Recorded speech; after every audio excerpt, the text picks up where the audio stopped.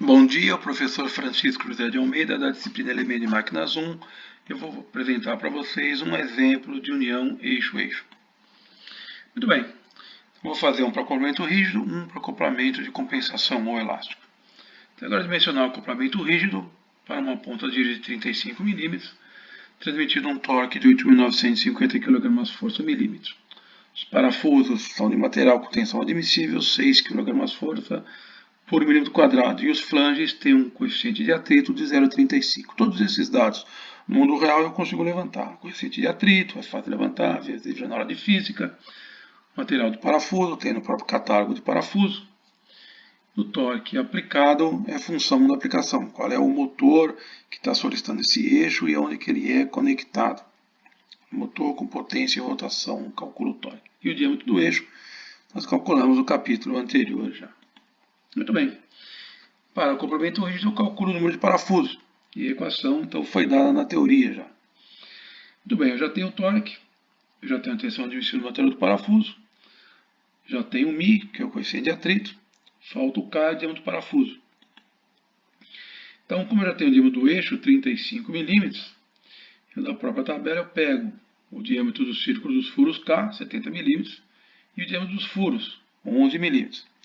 Como o parafuso tem que entrar dentro desse furo, o máximo parafuso que eu posso usar é um M10. E se eu for na norma de parafuso, que vocês vão ver lá no Elemento de Máquinas 2, o parafuso M10, o diâmetro interno dele, diâmetro útil, é 8,052 milímetros. Muito bem, então agora eu tenho todos os dados, é só fazer a conta. Então, substituindo e fazendo a conta, dá 2,4 parafusos necessários. Como eu disse na teoria, no mínimo eu preciso de 4 parafusos para garantir o encosto uniforme dos flanges. Então eu vou usar no mínimo 4 parafusos. Como não deu um número muito grande de parafusos, 12, 16, 20, 24, é um número razoável, um número aceitável. Então a resposta é 4 parafusos. Muito bem, agora vamos para um exemplo de acoplamento elástico. Então agora dimensionar o acoplamento elástico para uma ponta de 35 mm, transmitindo o mesmo torque, na verdade os dados são os mesmos do exercício anterior. O motor elétrico tem uma potência de 15 cavalos, que é 11 kW, já transformei para você. Rotação 1.200 RPM. E uma centrífuga, então ele liga a ponta do motor elétrico a uma centrífuga. O sistema funciona a 60 ciclos por hora, temperatura ambiente de 30 graus, 8 horas por dia. Todos esses dados eu consigo saber no mundo real, né? Eu vejo qual é a minha aplicação, vejo quanto que eu trabalho por dia, quantas vezes ele é ligado, desligado por dia, qual é a temperatura ambiente e assim por diante. Muito bem. Então, se eu lembrar da teoria, eu escolho um acoplamento do catálogo em função do torque de projeto. Então, eu vou escolher um acoplamento. E a primeira coisa que eu tenho que fazer é ver se o acoplamento que eu estou escolhendo, ele aceita os desalinhamentos existentes na montagem. Nesse exemplo, eu nem sei quais são os desalinhamentos que existem. No mundo real eu consigo saber, eu vou lá e meço, vejo se é um desalinhamento angular, um desalinhamento transversal, um desalinhamento axial, e vejo qual é que existe e qual é o valor, eu consigo medir.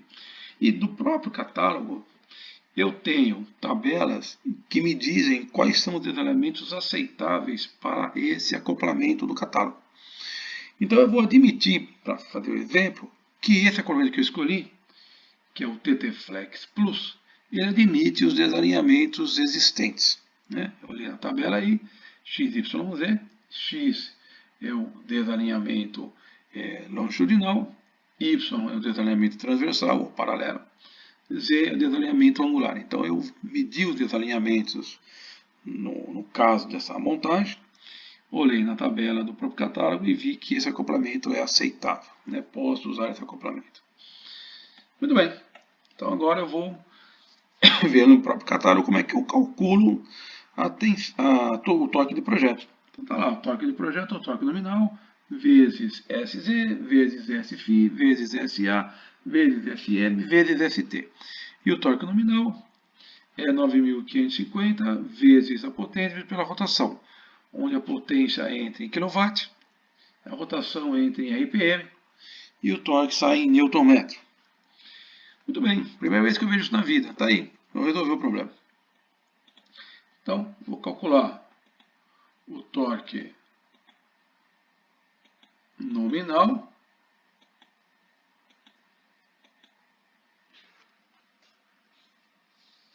(9.550) vezes a potência em kW, 11 dividido pela rotação 1.200 RPM.